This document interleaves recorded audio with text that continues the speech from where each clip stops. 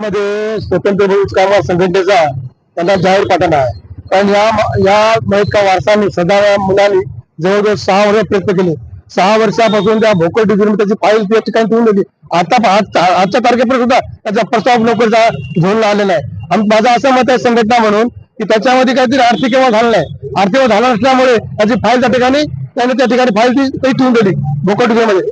परंतु त्याने काय म्हणायचं तुमचे जे पदीचे जे पत्र आहे तुमचे रामायण त्याची बीएची जे डिग्री आहे आणि राजस्थान म्हणजे राजस्थानची जे आपल्या डिग्री ती चुकीची आहे. याच्यावर लावून धरून त्याच्या हातामध्ये नोकर दिली आहे. तर आमचं असं म्हणणं आहे की बा तुम्ही व्हेरिफिकेशन तुम्ही राजस्थानला पाठवा.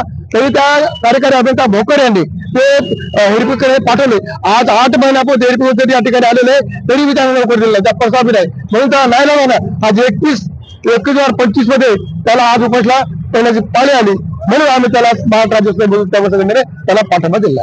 मी 2019 पासून अनुकंपा तत्वामध्ये नोकरीसाठी जे माझे काही नोकरीसाठी आम्ही अर्ज केलेला होता आजपर्यंत त्यांनी त्यामध्ये काहीच कारवाई केली नाही.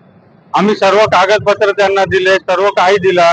ते तरी सांगत आहे की आमची जेव्हापर्यंत आम्हाला मनाने वाटत नाही तोपर्यंत आम्ही तुम्हाला नोकरी देऊ शकत नाही.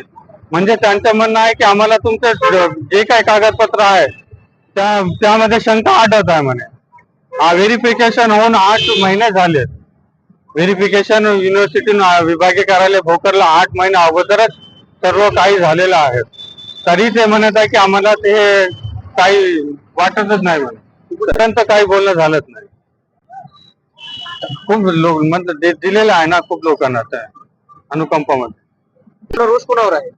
आपला रोज अधिकाऱ्यांवर आहे की त्यांनी आम्हाला फक्त डालवाडोल करत आहे की आम्ही करू तुम्ही थांबा, थोडा वेळ थांबा, आम्ही पाठवलेला येईल म्हणून हे फक्त हेच सांगत आहे त्यांनी. मुदत हे उपोषण चालू असणार आहे.